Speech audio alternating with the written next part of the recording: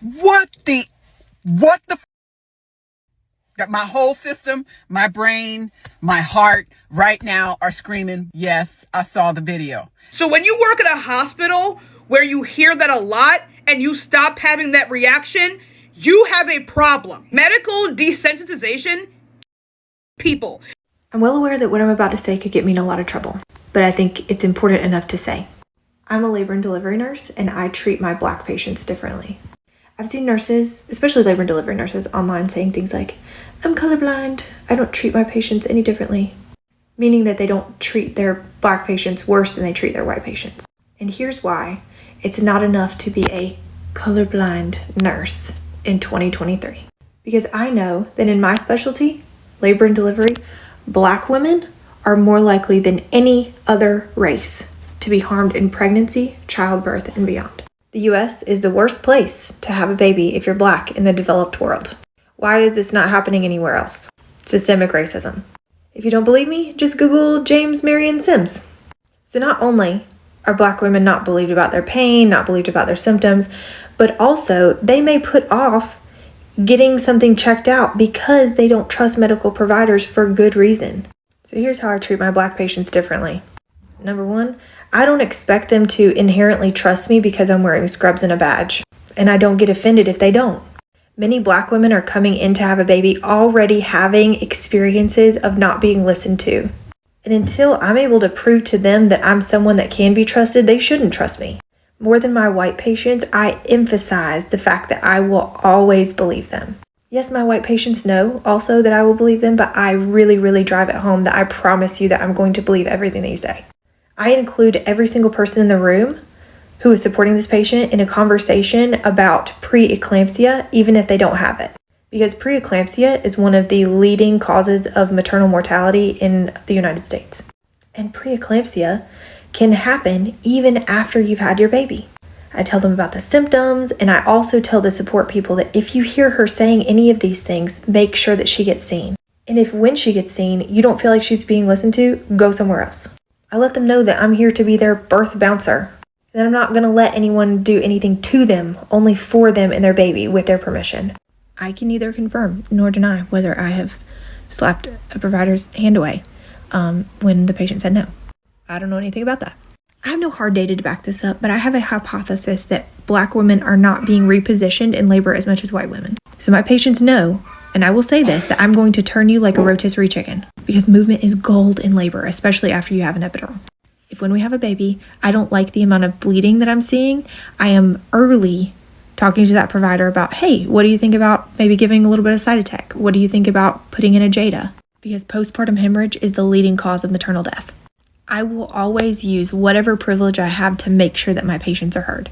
That's why it's so important to treat your Black patients differently. And if you're a colorblind nurse, you're part of the problem. A Black woman in UK, a pregnant woman, just recently died in the hands of racism in the healthcare. And in the article, it says cultural bias. Let's just say for what it is, racism. There's a lot of data that shows that Black women up to 4 times risk to die during pregnancy because of racism. We need to talk about the reason why Black and brown women are dying is because of racism. And it's so upsetting because the woman, she sought help because of pain. Imagine have the privilege to express your feelings when you are in pain without being labeled as aggressive, as hard to handle, difficult. And the worst part is that all of that can cost your life as a Black person in the healthcare system. I am so sad and upset because I have also a very traumatic experience when I was pregnant and I almost gave birth in week 28. Can you imagine to have the privilege to give birth without worrying if you will survive or not, or your child will survive or not because of racism? Weird things white nurses have done to me since Trump took office, episode 1. For reference, this is a Pandora and James Avery stack. I don't even have the Tiffany's bracelets on. Around midnight, I'm getting a report from the ER on my patient that I'm about to get an admission on. Okay, so the other two nurses at the station are white, and one of them says, "Ugh, it's so noisy." So nurse number 2 says, "Yeah, she has like $5,000 worth of charms on her arm." So I say, "Is my charms the problem or the fact that you have none?" Total silence. So nurse number 1 says, "I never knew that 30-year-olds still wore charm bracelets." So I said, "Oh, really?" So nurse number 2 says, "Well, yeah." So I said, "Even though you look older than me, I'm actually 45. So thank you." Not another fucking word was spoken the entire shift, because her chin, throat, and neck was the size of my ass cheeks. Her eyebrows was those thin ass Nike check marks from the 70s. And her hair was thinner than my fucking patient's. And as I'm giving report to the oncoming nurse, the supervisor comes over and he says, "Hey, are you coming back tonight? You kept it so quiet over here all night." Okay, so it is not normal to hear a person scream and then feel nothing. That's literally not how your brain is supposed to work. Whether the person is screaming out of fear or pain, this is an evolutionary thing to warn other humans to either protect the human or to get away from danger. It comes pre-installed at birth for the noise of someone screaming to immediately send you into fight or flight. When you're born screaming and crying and pissing and shitting because it activates your mom being like, "Oh shit, I have to protect this thing." It activates everyone around you like, "Oh shit, I have to protect this thing." It is literally supposed to activate very important parts of your brain. So when you work at a hospital where you hear that a lot and you stop having that reaction, you have a problem. Medical desensitization kills people because it literally removes your sense of urgency when someone is doing the most basic evolutionary thing to tell you that something is wrong. And guess who that kills the most? White nurses unveil some of the things and some of the treatments they met out to Black Americans. It's quite unfortunate and very bad that a place that you are meant to feel safe, a place that you are meant to feel relaxed, a place you are meant to be taken care of, like you are, the government owe you that. It's quite unfortunate that when you get there, because of, like call it racism, because of the hatred happening in the whole wide world, you are now the target case at that point. Now, you listen to what the lady said.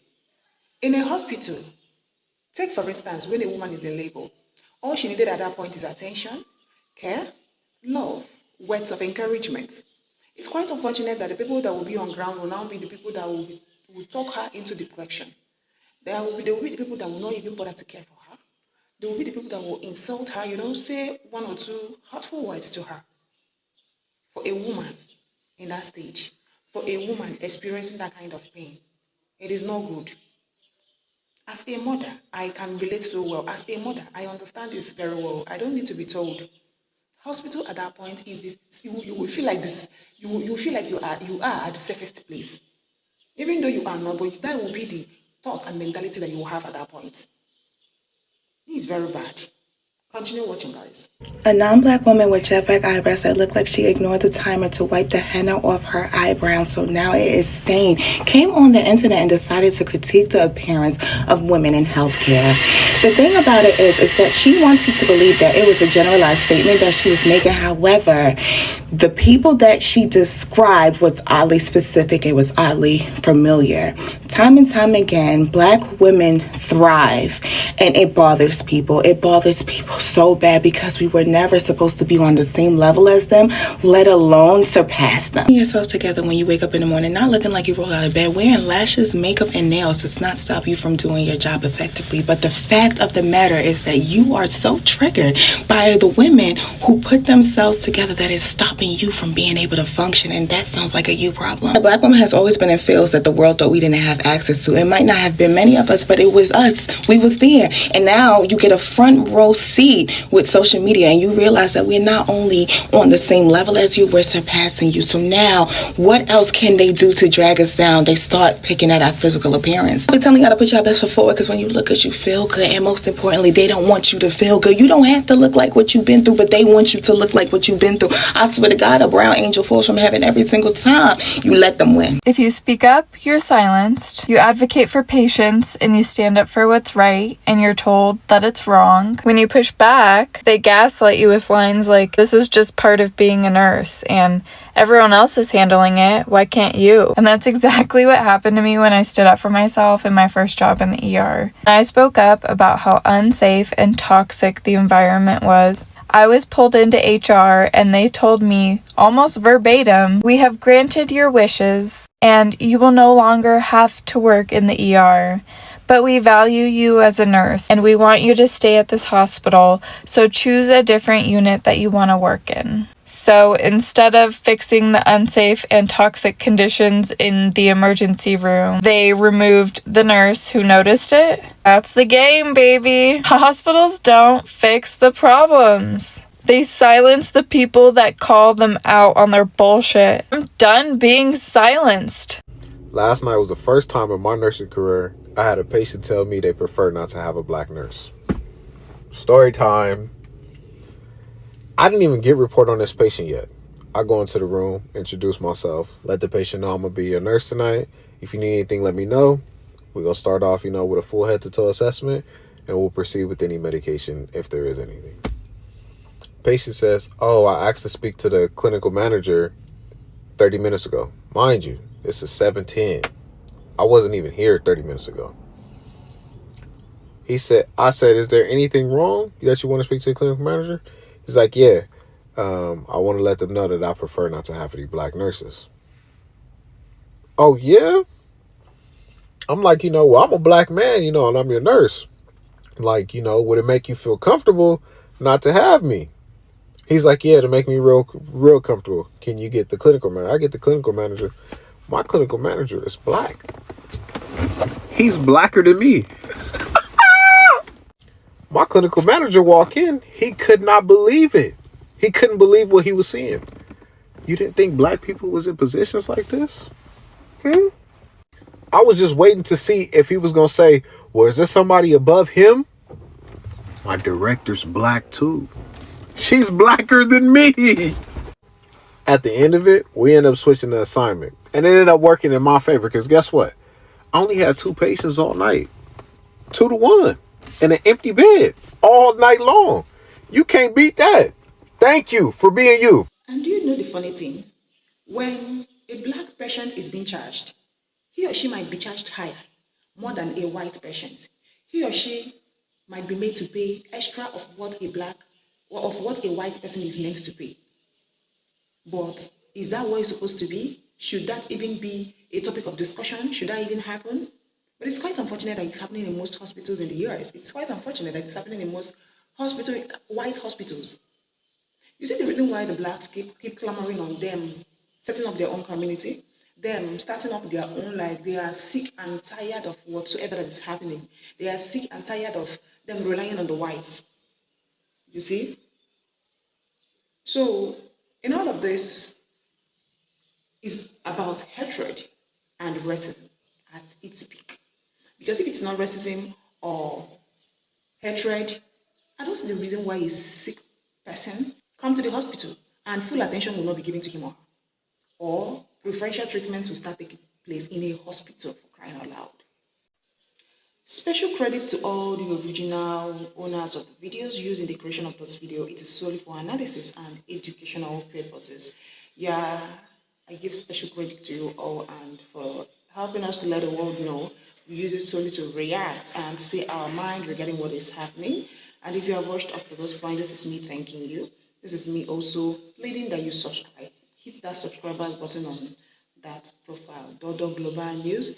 Hit on that subscribers button and also drop a comment in the comment section like this video. It's an avenue for YouTube to know that you actually enjoyed this video. And also, just a support to this channel, okay? Regarding all of this ill treatment being meted out to the blacks, it is out of proportion and a very bad indication. Like, such hospitals should be banned. Such hospitals should be put down. They shouldn't be exist. They shouldn't be in among the living. Yeah, because why would they? Where is even the CEO of that hospital? Where is the MD of that hospital for such thing to be happening under his nose, under his directives? It's a very bad image to such hospitals. But in all of this, I pray that the blacks come out strong, the blacks come out better, and also for pregnant women that do visit such hospital, I pray that God will see them through, because in all of this, it's still God that will pull you through. But good hospitals matters, and the treatment of the people God will use also matters. Do well to like this video, do well to share to your friends and loved ones, and see you all in our next video. Till then, bye.